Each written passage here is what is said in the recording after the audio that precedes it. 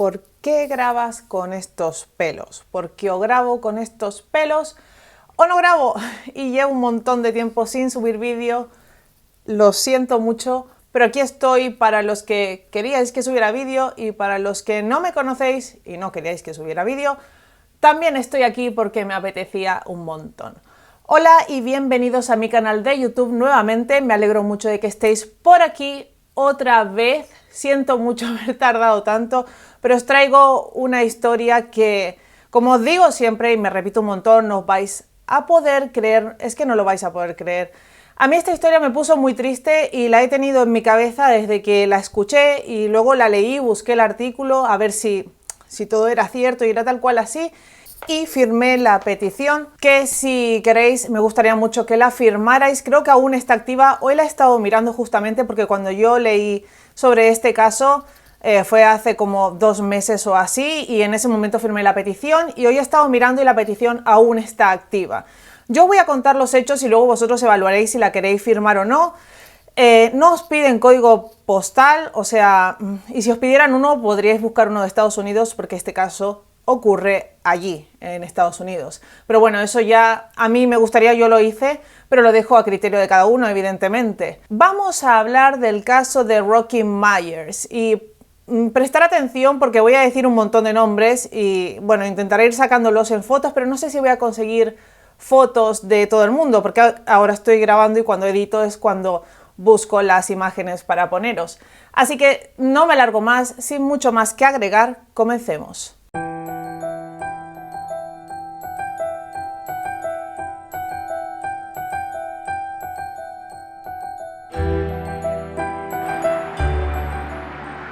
La noche del 4 de octubre de 1991, Mamie Jaron dormía en un dormitorio de la casa de su prima Ludie Mae Tucker, la cual vivía a unas pocas calles al oeste del distrito comercial de la ciudad de Decatur, en Alabama, en un barrio en ruinas que luchaba contra la delincuencia y al cual los propios vecinos habían apodado como la ciudad del crack. Alrededor de la medianoche sonaría el timbre. Cuando Jaron miró fuera de su habitación, pudo ver que Ludie Mae estaba hablando con un hombre. El hombre estaba agitado y decía que había tenido un accidente automovilístico y lo que le pedía era utilizar su teléfono para, avisar a la policía lo que le estaba pasando y con la excusa de que se estaba desangrando en teoría. Ludie Mae se ofreció a marcar el número por él y le dijo que no hiciera mucho ruido o básicamente que su marido estaba durmiendo en la otra habitación. Esto a Jaron la exaltó un poco, encendió sus alarmas porque su prima no estaba casada y que dijera esto pues era más bien una señal de que no se sentía segura y que quería hacer ver como que había un hombre en la casa y no solo una mujer a la cual podía pasarle cualquier cosa. De repente Ludie Mae gritó y Jaron dijo que se quedó paralizada, estaba demasiado asustada como para salir de su cuarto, pero momentos después el hombre entró en su habitación y la apuñaló en un costado. Lo que ella pudo ver es que este hombre llevaba una camiseta de color claro y esto será muy importante en este caso. Cuando Jaron consiguió salir de la habitación se dirigió hasta donde estaba su prima sosteniéndose en el costado donde la habían apuñalado y pudo ver que Ludie Mae yacía en el sofá, pero había logrado marcar el 911 y dar con emergencias. Había recibido 4 puñaladas y una de ellas había sido en el pecho en el lado izquierdo. Ludie Mae, por desgracia, no sobrevivió.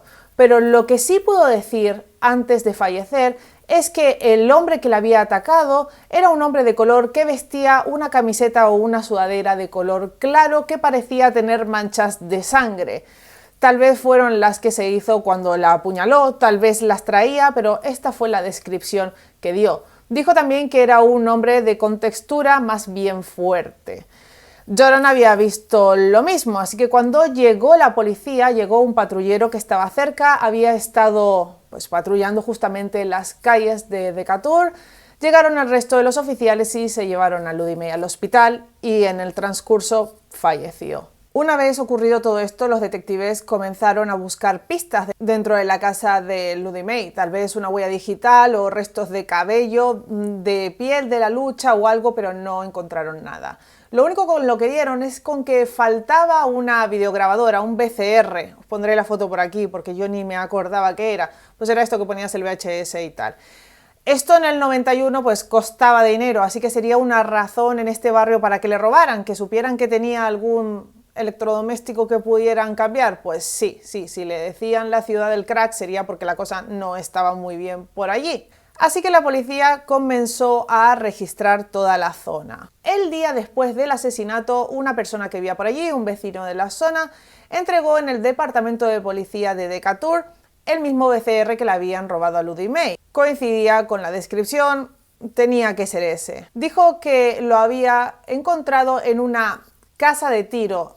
Esta es la traducción que pude hacer. O sea, casa de tiro vendría a ser una casa de trapicheos, por lo que yo entiendo. En teoría en esa casa solo vendían bebidas alcohólicas y tabaco, pero en la puerta había un camello que felizmente repartía crack a diestra y siniestra, o sea que, bueno, podemos decir que era un punto de venta de drogas. Cuestión, que en la puerta de esta casa, en el porche donde estaba este hombre que suministraba estupefacientes, este hombre se llamaba Leon Butch Maiden y no era un desconocido para la policía, sino que este hombre tenía como una especie de licencia para vender drogas porque era un chivato de la policía. Entonces así, dejándole hacer esto, la policía recogía información sobre los delitos que pasaban en la zona. Era como una especie de manera de controlar, de saber lo que estaba pasando allí. Cuando la policía llamó a Butch, él evidentemente obedeció y fue a declarar con uno de sus lugartenientes. Él se llamaba Willie Raybon, apodado Roadrunner. Después del interrogatorio, los dos hombres firmaron las declaraciones diciendo que un cliente habitual de esa casa, Anthony Valentin, apodado Cool Breeze, había cambiado aquel VCR por crack la misma noche del asesinato de Ludie Mae. Así que todo apuntaba a que este hombre posiblemente era el asesino de Ludie Mae. Dijeron también que estaba sudando tembloroso y actuaba muy raro, no se callaba, no paraba de hablar, estaba en un estado bastante cuestionable. Cool Breeze era muy conocido en el vecindario por tener nombre de ambientador de coches, no. Era muy conocido allí porque su familia era de allí de toda la vida y aunque su familia era respetada, no sé a qué nivel, supongo que se llevarían bien con los demás, él siempre había tenido problemas con las drogas y bueno, siempre estaba llevando cosas a la casa de tiro, robando, etc. Era un delincuente familiar. Pronto la policía recibió otra pista que apuntaba hacia este mismo hombre. Fue una mujer del vecindario que dijo que lo había visto correr callejón abajo con algo abajo del brazo que parecía ser aquel VCR.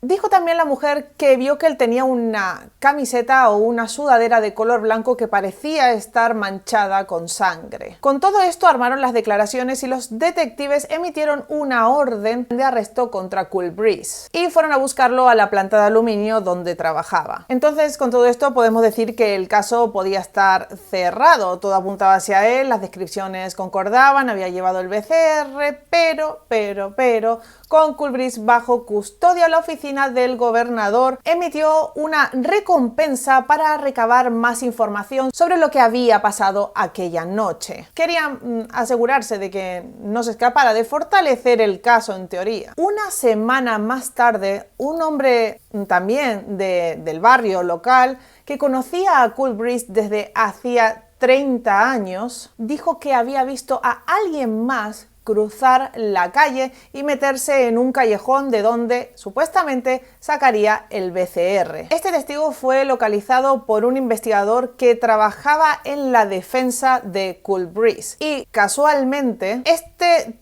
testigo trabajaba en el mismo club de campo que el padre de Cool Breeze, donde el padre de este hombre era el jefe de camareros, o sea,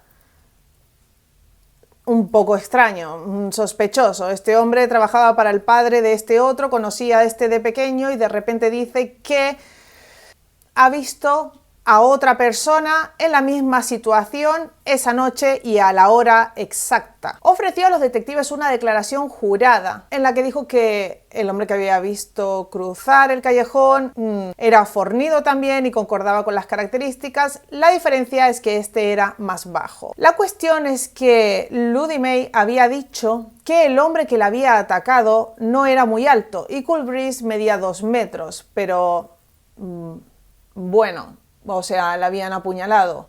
Puede ser que dijera esto y no fuera cierto, no se sabe, también había descrito la ropa. La cuestión es que Cool Breeze en un punto no concordaba con la descripción por su altura. Los detectives entonces llamaron a Butcher y a Roadrunner para una entrevista, en la cual ellos dijeron que se retractaban de sus declaraciones y que no habían sido del todo ciertas. Roadrunner dijo que él había implicado a Cool Breeze porque estaba enfadado con él, porque le debía un dinero, porque habían tenido un problema y estas declaraciones entonces quedaron un poco obsoletas ante la vista de la justicia. Y Butch dijo que había respaldado la declaración de su amigo porque creyó que era lo que querían escuchar y que sería lo correcto y así se sacaría el marrón de encima, y pues entonces dijo todo que sí y ya está. Pero dijeron que la historia que habían contado en un primer momento en su mayor parte era cierta, excepto por el sospechoso al cual estaban señalando. Así que el cambio que hicieron es, en lugar de señalar a Cool Breeze, señalaron a otro hombre, y es la persona de la cual vamos a hablar. Señalaron a Rocky Myers como el hombre que había vendido el dichoso BCR en la casa de intercambios de sustancias. ¿Y quién es Rocky Myers? Pues Rocky Myers creció en Nueva Jersey y era uno de los 10 hijos de un matrimonio que no era muy feliz, ya que su madre había tenido su primer hijo con 14 años y había caído en una depresión muy profunda. Rocky Myers en su infancia fue víctima de abuso, su padre le golpeaba, lo trataba mal, al igual que creo que a todos sus hijos. La diferencia es que Rocky tenía un problema. Desde el principio era evidente que Rocky tenía dificultades como para mantenerse en una conversación, nunca pudo leer más allá de un nivel de un niño de 3er grado, tampoco sabía decir la hora, no se sabía los meses del año, tenía una discapacidad intelectual. En ese momento se le llamó un retraso mental, estamos hablando de los, no sé, 70, 80...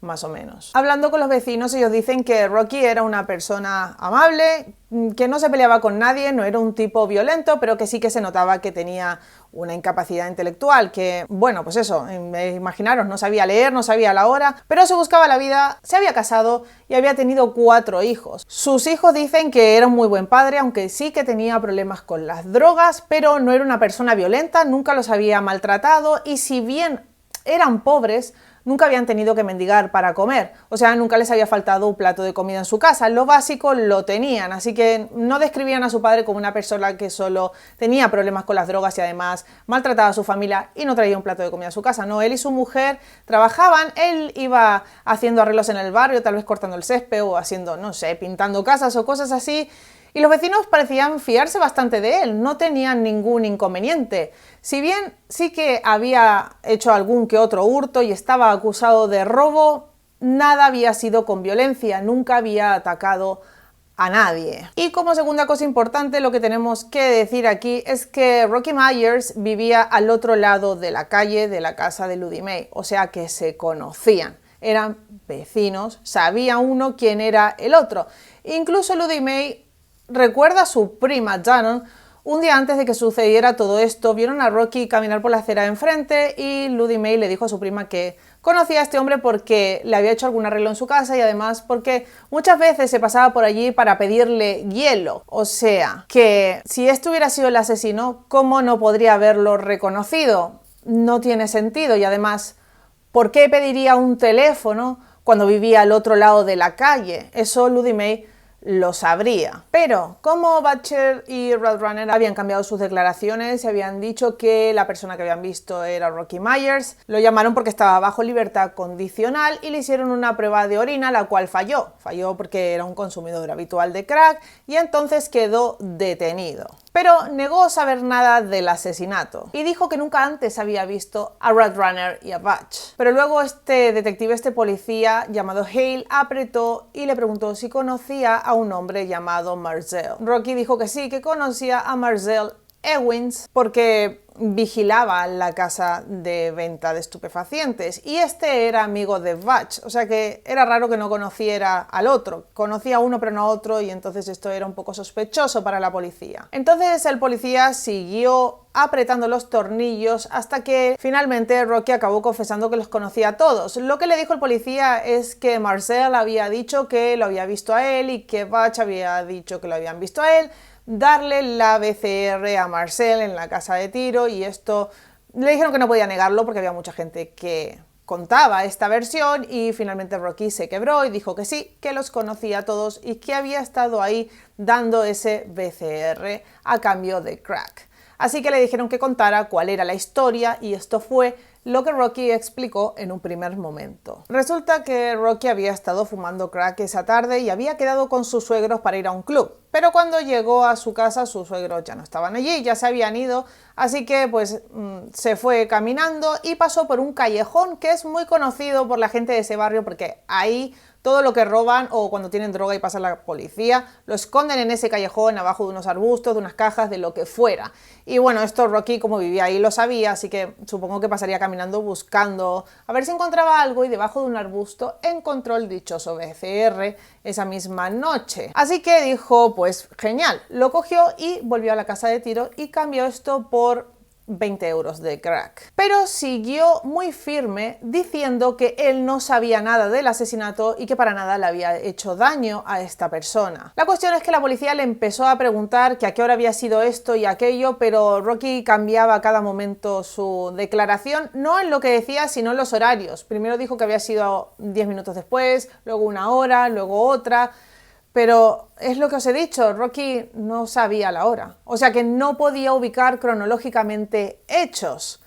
Y esto la policía pues no lo estaba teniendo en cuenta. Supongo que para ese entonces ya lo sabían porque cuando tú coges a una persona y más si tiene un historial delictivo, tiene que salirte que tiene una discapacidad mental. Supongo que en el 91 saldría también, pero parece que lo vieron completamente y si no lo vieron en ese momento, entonces en el juicio tendrían que haber puesto un poco de énfasis en esto.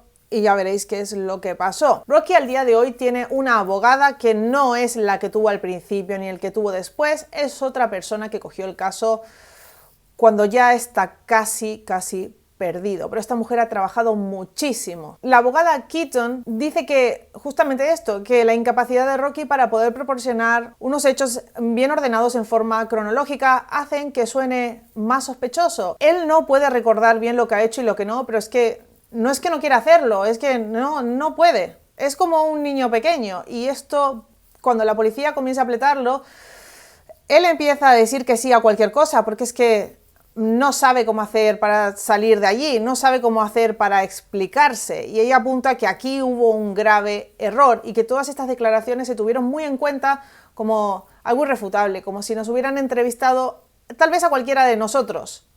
Y no es así, porque Rocky, pues, tiene una discapacidad mental. Para explicarlo aún mejor, esta abogada nos cuenta que cuando ella iba a ver a Rocky, que él ya estaba en prisión, estaba en el corredor de la muerte, bueno, sigue allí, le ofrecía si quería comer o beber algo y él siempre decía que no, y a ella le parecía extraño hasta que un buen día descubrió que no sabe utilizar la máquina expendedora. Por eso siempre decía que no, porque tenía que solicitarlo él y no sabía cómo hacerlo. Imaginaros también que las palabras de los policías no eran palabras sencillas, no le hablaban como a alguien que no pudiera comprender y Rocky tal vez ni siquiera estaba entendiendo lo que le estaban diciendo. Todas estas cosas se han de tener muy en cuenta. Pero para los detectives esto daba igual, tenían las declaraciones que querían escuchar de Butch y Roadrunner que apuntaban a Rocky y Rocky parecía culpable porque no sabía explicarse. Así que con esto lo acusaron culpable y fueron a juicio. 2 años después comenzó el juicio a Rocky acusado de pena capital, que esto puede ser en el estado de Alabama o pena de muerte o cadena perpetua, algo muy grave. La cuestión es que el fiscal dio una explicación muy básica y muy sencilla y además fue muy faltón hablando sobre este caso. Si bien podía ser un asesino, podía estar dentro de las posibilidades, la forma en la que se refirió a él como un matón y con palabras muy despectivas, pues no fue la forma, es que no es la manera de referirse a alguien en un juicio, aún así que hubiera sido él, es una opinión un poco sesgada, tal vez. La cuestión es que el fiscal dijo que Rocky tenía un problema con las drogas, que era un tipo violento, lo describió como eso, como un matón, y que por esta razón había matado a Ludie Mae para robarle el BCR e intercambiarlo en aquella famosa casa. La cuestión es que así y todo, hubo partes de la historia que la fiscalía no pudo aclarar, como por ejemplo lo que vestía Rocky Myers. Mucha gente lo había visto esa noche y decían que llevaba ropa negra o marrón oscuro, así que no coincidía con la declaración ni de Ludie Mae ni de su prima, que dijeron que llevaba algo claro y con manchas de sangre, aparte del otro hombre que también lo vio y que también describió al atacante como una persona con ropa blanca o de color muy claro. Esto no coincidía. Roadrunner finalmente testificó que Cool Breeze también había estado en la casa de tiro y que sí que llevaba una sudadera de color blanco con manchas que parecían de sangre, pero esto pues como si no lo hubiera dicho nadie, no se tuvo para nada en cuenta, o sea, si bien testificó y dijo la verdad, daba igual. Apuntaron también a que Cool Breeze sudaba muchísimo y no paraba de hablar y lo vieron en un estado histérico, pero otra vez, nada. Luego estaba la otra cosa, que Rocky tenía un eczema de piel bastante importante en su cara y en sus brazos, así algo como si tuviera psoriasis, parecido, o sea que largaba mucha piel y en teoría, según la fiscalía, el ataque hacia Ludie Mae había sido violento y seguramente ella podría haberse defendido un poco, pero no encontraron piel en la escena del crimen, lo que sería muy extraño si te ataca una persona que además tiene un eczema bastante importante, porque dejaría escamas de piel. O sea, solamente con entrar y pasar por allí las dejaría y no hallaron nada. Roadrunner también testificó que ese callejón que conducía a la casa de tiro y que pasaba por al lado de la casa de Ludie Mae era conocido por todo el mundo, por lo que os he contado antes, porque la gente robaba cosas y las dejaba allí escondidas porque ellos lo sabían. Los que no lo sabían tal vez era la policía, pero la gente de por ahí sabía que ahí se escondían drogas y cosas, entonces no sería raro que Rocky Myers, que no tenía un duro, que no tenía dinero y estaba por ahí dando vueltas, fuera ahí a buscar algo, pero es que no era el único que lo hacía casi todo el mundo. O sea que si el BCR estaba ahí, no era raro que lo hubiera encontrado. Finalmente dejaron testificar a Rocky Myers y contó lo que os he dicho antes, que bueno, que sí que había estado en la casa de tiro 2 veces, que sí que había encontrado el BCR y que se iba a ir de fiesta pero no pudo y entonces hizo eso, pero nada más. Y el testimonio de Rocky planteó muchas preguntas, y preguntas muy críticas, porque es lo que os vengo diciendo, Ludie Mae lo conocía, vivían en la calle de enfrente, no tenía sentido, es que ni siquiera para él, que picara en la casa de su vecina, que la había visto 1.000.000 de veces, para robarle y ella se creyera que este hombre que ya conocía le estaba diciendo que había tenido un accidente de coche, vivía enfrente, ¿por qué querría usar su teléfono? ¿Por qué Ludie Mae cuando llama al 911 no dice que le atacó su vecino, Rocky Myers? ¿Por qué? Tampoco. Su prima lo había visto ya, porque es que justamente del día de antes había él pasado por la acera de enfrente y Ludie Mae le había dicho a Sharon, mira, este es mi vecino, siempre viene a pedirme hielo, tal, ha hecho algún arreglo en mi casa, como, no sé, como una conversación así casual, nada del otro mundo, pero es una gran casualidad. Y todo esto también se dejó a un lado para acusar a Rocky Myers. Así que vamos a ir más allá con cosas aún más chungas dentro de este juicio, como la selección del jurado. Un miembro del jurado que sí que tiene 2 dedos de frente y parece una persona normal, pero en este jurado personas normales había muy pocas, dijo que otro de los miembros del jurado alegó que si una persona pasaba por este gran jurado seguramente sería culpable, o sea, ya lo estaban juzgando antes de haber escuchado nada y había gente dentro del jurado que decía que este hombre era culpable sin haber escuchado la historia, ni haber visto las pruebas, ni nada. 10 años después, cuando esta abogada Keaton se hizo cargo del caso de Rocky Myers, entonces entrevistó a los miembros del jurado y ella nos cuenta que abiertamente muchas personas lo insultaron. Dijeron que eso, pues que era un matón, que era un malandra, que un montón de cosas y vejaciones hacia él. O sea que la opinión del jurado ya estaba hecha. Este miembro del jurado, que es buena gente, el señor Puckett, recuerda que había al menos como él 2 personas o 3 más que pensaban que no había pruebas suficientes. Pero el problema era que los otros 9 miembros del jurado, o 10, no creían esto. Entonces, Era difícil porque no iban a poder conseguir que se lo declarara inocente aun cuando no había pruebas de que fuera culpable. La otra cosa importante, que no debería de serlo pero lo es que de los 12 miembros del jurado, 11 eran blancos y Rocky es negro y estamos hablando de los 90 y de Alabama. O sea, algo muy, muy malo. ¿Qué pasa ahora cuando se juzga a alguien o se intenta elegir un tribunal? No estamos pidiendo que haya igual cantidad de mujeres que de hombres, pues en este caso debería de ser lo mismo. Si están juzgando a una persona de color en un estado donde hay mucho racismo, no digo que todo el mundo sea así, pero se sabe que hay mucho racismo aquí, pues al igual tendría que haber igual cantidad de personas negras que de personas blancas.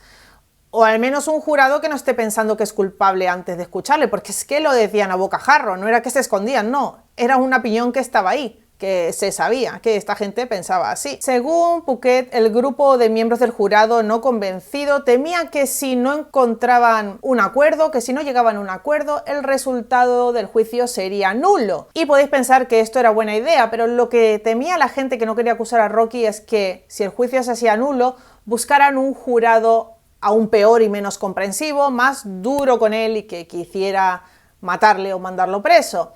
Entonces intentaron llegar a un acuerdo entre todos los miembros del jurado de que lo declararían culpable, pero solicitarían que no se le pidiera para él la pena de muerte. Creyeron que esta sería la mejor solución, al menos no lo matarían, no lo condenarían a pena de muerte, así que pues esto fue lo que hicieron. Por tanto, Rocky fue declarado culpable de homicidio capital con un margen de 9-3, o sea, 9 jurados a favor de esto y 3 que no estaban de acuerdo. Y entonces solicitaron al juez, le recomendaron que no pidiera para él la pena de muerte. Rocky dijo que se quedó muy consternado con esta noticia, no lo entendía, porque además la prima de Ludie Mae estaba con él, ella había dicho que este hombre no había sido, que ella no recordaba que hubiera sido él, que no era la persona que había visto, vaya. Y así todo lo declararon culpable, así que él estaba flipando, imaginaros, o sea, él creía que el juicio se iba a acabar, que lo iban a declarar inocente y como mucho lo iban a enviar a New Jersey, de donde era él. Él vivía en Decatur porque ahí estaba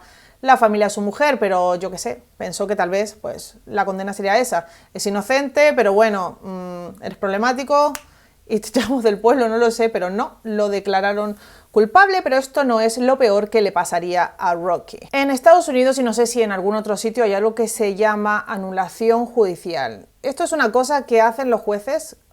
Bueno, ahora se ha prohibido en la mayor parte de Estados Unidos, no sé, creo que en Alabama también se ha prohibido, pero hasta entonces está vigente, y es que el juez puede decir que le da igual lo que diga el jurado, anula eso, el pensamiento ese, o sea, esa elección, fuera. Y dice él lo que a él le salga de las narices.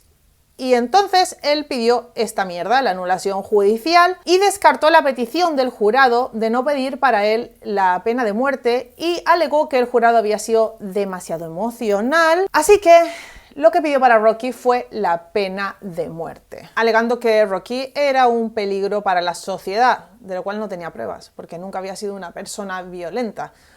Pero como era el juez y podía hacer lo que quisiera, pues esto fue lo que hizo. Solo 3 estados habían permitido esta práctica, la de la anulación judicial, y este dato es, bueno, os lo cuento para que lo sepáis. En casos de pena de muerte, en el estado de Florida, Delaware y Alabama es donde esto estaba permitido. En 2016 la Corte Suprema de Estados Unidos prohibió esto porque dijo que era anticonstitucional, o sea, si en un juicio hay un jurado y este jurado tiene que dar su opinión y sus recomendaciones al juez, que sí que es el que tiene la última palabra, pero en teoría para esto también está el jurado, para que la cosa sea pareja, ¿no? Se pone al pueblo también para que juzgue, no puede hacerlo como el juez, pero cuestión. Que Alabama aún no había prohibido esto, así que el juez podía hacerlo. También quiero que sepáis que esta práctica no es algo que no se utilizara mucho, no, se utilizaba bastante, incluso se hacía abuso de ella, y más en Alabama, siendo un estado con grandes problemas de racismo, como ya os he dicho antes, y como seguramente muchos de vosotros sepáis porque conozcáis un poco la historia de Alabama. Así que en 1998 un joven y maravilloso abogado de Tennessee, R.J. Swartz, aceptó representar a Rocky pro bono, o sea, básicamente que Rocky no iba a pagarle por esto en sus apelaciones posteriores a la condena, porque claro, aún le queda el recurso de apelar para que se le quite la pena de muerte. Hasta el 2017, y para que lo tengáis en cuenta también, Alabama no daba abogados de oficio, abogados pro bono o abogados de gratis básicamente a los condenados a penas de muerte, sino que o tenías que pagar o te tenías que buscar la vida en asociaciones y esto, pero hay que recordar que Rocky no era capaz de buscarse la vida en nada porque apenas si sabía leer. Así que podemos decir que tuvo un poco de suerte cuando otro grupo que defendía estos casos dio con él y le encontró a este abogado, pero todo lo que brilla no es oro, ya veréis por qué os digo esto. Schwartz trabajó en el caso de Rocky durante más de 5 años, mientras se avanzaba en el proceso de apelaciones estatales, o sea, para que le revoquen la pena de muerte. Pero en 2003 recibió un aviso de que el Estado había rechazado la petición de Rocky de una apelación posterior a la condena. Así que lo único que le quedaba era hacer una petición, de habeas federal, o sea, un habeas corpus, o sea, que se revise todo el caso y se quite esta sentencia porque el juicio estuvo fatal, no había pruebas de nada y básicamente se lo culpó por culparlo. Y esto, una vez se pide, tiene como una fecha de caducidad, no puedes extenderte mucho, tienes que pedirlo, presentarlo y hacerlo todo así. Pero es aquí cuando este maravilloso abogado hizo algo sucio, horrible y que yo no puedo entender cómo pudo ser tan mala persona de básicamente matar a Rocky en vida. Vale, os voy a explicar de forma muy sencilla y muy rápida por qué se hace esto del habeas corpus, dónde se presenta y por qué puede que con esto te absuelvan. Porque la cuestión es que a ti te ha condenado un juez, un tribunal que es de, por ejemplo en este caso, de Alabama. Pero cuando se hace este habeas corpus va al tribunal federal, va más allá. Va a unos jueces que sí que son imparciales porque no están manchados por el racismo de ese sitio ni por nada, es diferente. Son jueces superiores a todo que se miran el caso como se lo tiene que mirar, como se tendría que haber mirado este juez, con las pruebas que hay, y lo evalúan desde allí. Entonces, no es que esto no suceda nunca. Esto pasa bastante, hay muchos casos que van a parar a esta instancia, entonces estos jueces se lo miran con otros ojos, ¿vale? Bueno, como tenía que mirárselo este juez, pero es mejor para los condenados a muerte porque no se los está juzgando, como os digo, con el racismo local o con las ideas preconcebidas de qué gente vive aquí o de cómo es ese sitio. No. Así que era muy posible que si este recurso llegaba hasta el jurado federal, Rocky Mayer fuera absuelto porque no había prueba ninguna. Es que encima se contradecían. Es que la descripción de la persona que había atacado a Ludie Mae no era la descripción de Rocky, no vestía como él esa noche, se contradecían en los horarios. La cuestión es que este habeas corpus nunca se acabó de hacer. Pues en el último instante, Schwartz había comenzado a trabajar en un nuevo bufete donde seguramente cobraba un montón más o lo que sea, y supuestamente él le dijo por lo bajo y rápido a Rocky de que le habían denegado su habeas corpus y que ya no podía hacer más nada, cosa que Rocky nunca supo porque no se enteró de esta conversación básicamente. Lo dejó tirado. Y Rocky no sabría nada de esto hasta un año después. O sea, había pasado mucho tiempo, cuando le llegó una carta. Es más, Schwartz ni siquiera llamó a los tribunales para decir que ya no lo defendería, que le buscaran otro abogado. No hizo nada, no avisó a nadie, no se lo dijo a Rocky ni a su familia. Bueno, en teoría él sí que se lo dijo a Rocky, pero claro, Rocky, ya lo hemos dicho, no entiende. No puedes decirle a él estas cosas con palabras complicadas, o sea, no puedes dejarlo ahí tirado porque no va a poder hacer nada para defenderse ni para salir de allí. La cuestión es que un buen día a Rocky le llegó una carta y tuvo que pedirle a otro preso que se la leyera. Y allí decía que le habían revocado todo, que había pasado demasiado tiempo y que estaba condenado a pena de muerte sin posibilidad de nada ya. Pero este preso sintió mucha lástima por Rocky y él estaba siendo defendido por otra institución muy diferente, con la cual se puso en contacto para pedir que defendieran también a Rocky si es que algo más se podía hacer para salvar su vida. Equal Justice Initiative entonces cogió el caso de Rocky y se movieron todo lo que pudieron, presentaron recursos aquí y allá a ver si se podía hacer algo, a ver si, bueno, que el problema había sido que el abogado no había hecho nada y que Rocky pues no comprendía lo que estaba pasando, nunca le avisaron, no le dijeron nada, pero todos fueron negativas. El estado de Alabama argumentó que las fallas de Schwartz, el que era abogado de Rocky, eran irrelevantes, alegando que Rocky estaba a cargo de mantenerse al tanto de su caso, era su obligación, así que lo que hubiera hecho mal el abogado no era problema del Estado, ni le importaba, ni iba a ser una cuestión de peso para poder presentar este recurso un poco más tarde. La abogada de Rocky dijo que para interpretar un recurso como el habeas corpus se ha de tener un nivel bastante avanzado de lectoescritura, cosa de la cual Myers carece. En Alabama los jueces estatales son elegidos por el voto popular y a menudo enfatizan su historial de duros con el crimen haciendo cosas de estas, como hicieron en el juicio de Rocky. Hacen campaña de esta forma, se hacen los que ellos son los más indicados para seguir en este puesto porque no van a dejar que nada malo suceda a sus ciudadanos y piden anulaciones de juicio y cosas por el estilo. Y la casualidad, que no es tan casualidad, es que cuando este juez dictaminó la sentencia de Rocky, estaba en una campaña electoral, sí, en el medio de su campaña electoral, y esta sería una de las razones por la cual pidió la anulación judicial. Hay un índice, hay una estadística que nos enseña que durante los años de elecciones los jueces piden más anulaciones de estas, especialmente con las condenas de muerte, y que acaban siendo los que ganan las elecciones.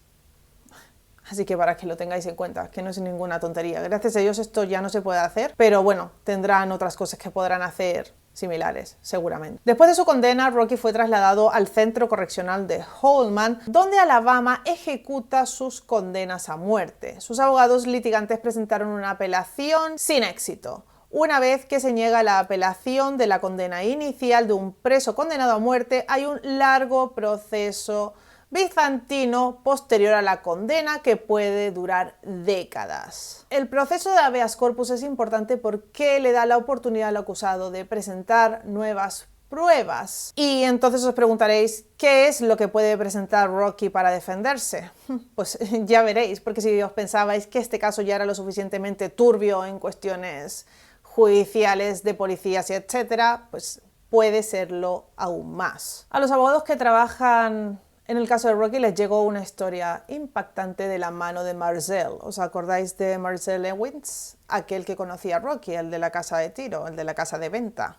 Escuchad bien. Alrededor de la época en la que pasa esto con Rocky, o sea, en ese tiempo, en esos días, los detectives de homicidio cambiaron el enfoque de Cool Breeze cuando Marcel fue arrestado mientras conducía un coche robado. Marcel dijo que los detectives le ofrecieron un trato sucio, evidentemente.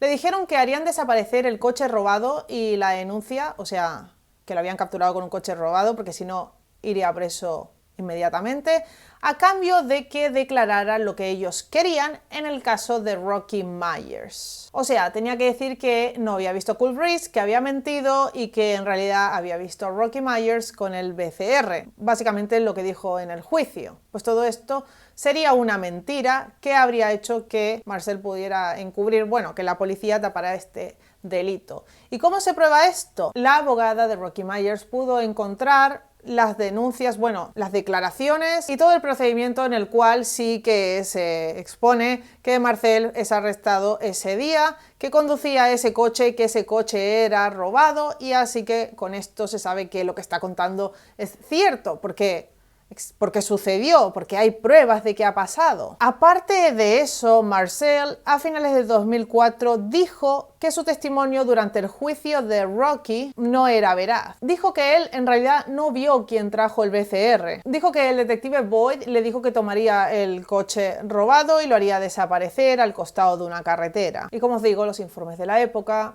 los informes policiales respaldan esta historia. Esta evidencia de que la policía de Decatur manipuló al menos a este testigo y tal vez también manipuló a aquel hombre que trabajaba con el padre de Cool Breeze, seguramente, fue una bomba, fue algo, imagínate, imaginaros eso, o sea... No solo ya no había nada en lo que se pudiera creer de este puto juicio, es que no hay ni una sola cosa que sea verdad, sino que la policía lo había manipulado todo, el juez estaba en época de elecciones y por eso había hecho esto, los miembros del jurado en su mayoría eran personas racistas. ¿Qué más se puede pedir para rehacer este juicio y para ver quién es realmente el culpable?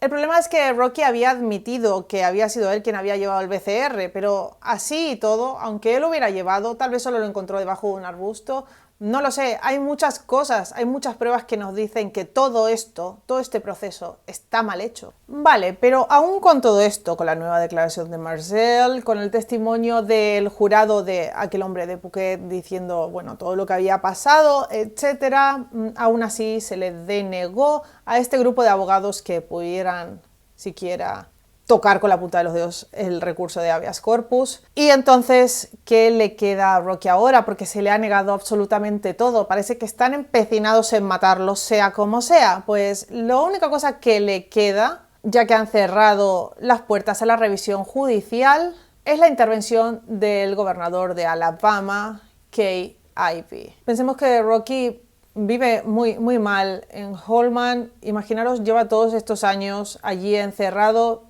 pensando que va a morir de un día para otro, siendo acusado de algo que, por lo que parece, no ha hecho. A veces pasa días sin salir al patio o sin salir por muy poco tiempo. Por otro lado, él, aunque está muy triste, intenta no demostrarlo porque dice que hay gente ahí que también se encuentra muy mal y no quiere caldear el ambiente, no quiere hacer sentir a otras personas peor. O sea, encima tiene esa empatía, lo que me sabe mal, porque es que ni siquiera llama por teléfono a sus abogados porque no sabe hablar, no sabe qué decir. Ellos van a verlo e intentan estar en contacto con él lo más frecuentemente que pueden, pero bueno, Rocky es una persona, un cliente especial, dice su abogada, por esta razón. Rocky dice que está atemorizado, que tiene mucho miedo, que, bueno, no sabe qué va a pasar con él y que está un poco resignado a su destino, lo cual es bastante triste también. El equipo de abogados también dice que hay clientes que le escriben cartas y eso, pero no es el caso de Rocky, él no puede. En el 2012 se había fijado la fecha de la sentencia de ejecución de Rocky, pero su abogada logró agregar algo al litigio, algo para impugnar el protocolo de la inyección letal en Alabama, para, bueno, decir que esta no era la forma, básicamente. Entonces, ¿qué pasa? Que este litigio se abandonó. El año pasado se acabó con esto porque entonces ahora Alabama tiene otra forma en la cual ejecutar a sus condenados a muerte. Están trabajando en un nuevo método. Con esto no les alcanzaba y como muchas personas presentaron litigios contra esto, pues ahora están trabajando en una forma nueva de ejecutar la pena de muerte. Y cuando ya lo tengan todo listo, entonces le darán fecha de ejecución a Rocky. Si queréis saber cuál es el método, la asfixia por nitrógeno. Yo no sé cómo será morir así, no quiero saberlo tampoco.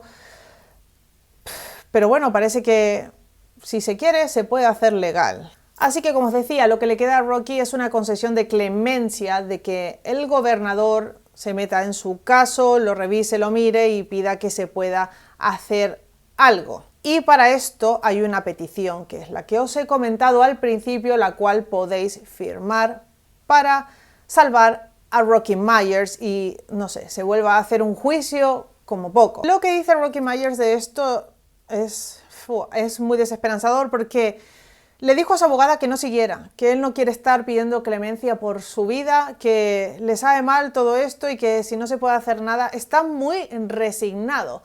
Pero en la petición está ahí para firmarla, os dejaré el link aquí abajo en la descripción del vídeo y si queréis la podéis firmar. Ya os digo que yo la firmé y estoy en España. Yo he visto gente que la firmó y está en Latinoamérica o incluso en Inglaterra. En Facebook también hay una página que se llama Free Rocky Myers, en donde van poniendo información de otra gente que está también en el corredor de la muerte y que es inocente. Esto ha pasado muchas veces. Si bien hay gente que está ahí que sí que es culpable y ha cometido crímenes atroces, hay mucha que no. Entonces, la reflexión que hace Rocky de todo esto es que hay muchas personas que apoyan la pena de muerte, pero saber que hay personas en el corredor de la muerte que no son culpables o que podrían ser inocentes, sabiendo esto, ¿cómo puedes apoyar una cosa así? De momento Rocky está vivo, así que si queréis, si os apetece, yo lo he hecho, me gustaría que lo hagáis, no sé, es una buena acción que se puede hacer, al menos que vuelvan a hacer un juicio, porque este juicio no ha tenido ningún sentido, no se ha basado en nada, ha sido un desastre, la policía ha metido mano, el juez ha hecho esto, el jurado. No puede ser, esto lo tiene que revisar un tribunal federal, alguien que no esté tan manchado, tan contaminado de toda esta mierda, de los policías. Aparte de todo esto, una cosa que se me quedó por deciros es que cuando a Rocky Myers lo interrogan los detectives, el interrogatorio no está filmado. No lo filmaron. O sea que no sabemos qué dijo o qué no dijo. Tenemos que creer en su palabra. Tenemos que creer en lo que dijeron los detectives. ¿Es una casualidad que no lo hayan filmado? No lo parece. Pues bien, esto ha sido todo por hoy. Ya os he dicho que este caso a mí me ha dejado pues, muy triste cuando lo leí, y lo leí hace tiempo, y ahora que lo estoy contando otra vez, me siento mal por él, me siento mal por todo esto, especialmente por sus hijos, porque imaginaros cómo estará su familia. Sus hijos quieren a su padre, dicen que ha tenido un problema con las drogas, pero que nunca ha sido un mal padre, o sea que es muy triste todo esto y no será el único al que le pasa algo así. Muchas gracias por estar allí. Si os ha gustado el vídeo, como siempre os digo que le dejéis un like, que os suscribáis si queréis, si os apetece, para ver más contenido como este, para ver cuando publico vídeo, porque este canal no tiene un día de publicar vídeo, simplemente van saliendo y ya está. Gracias por estar allí, por esperar, lo siento, y hasta la próxima. Adiós.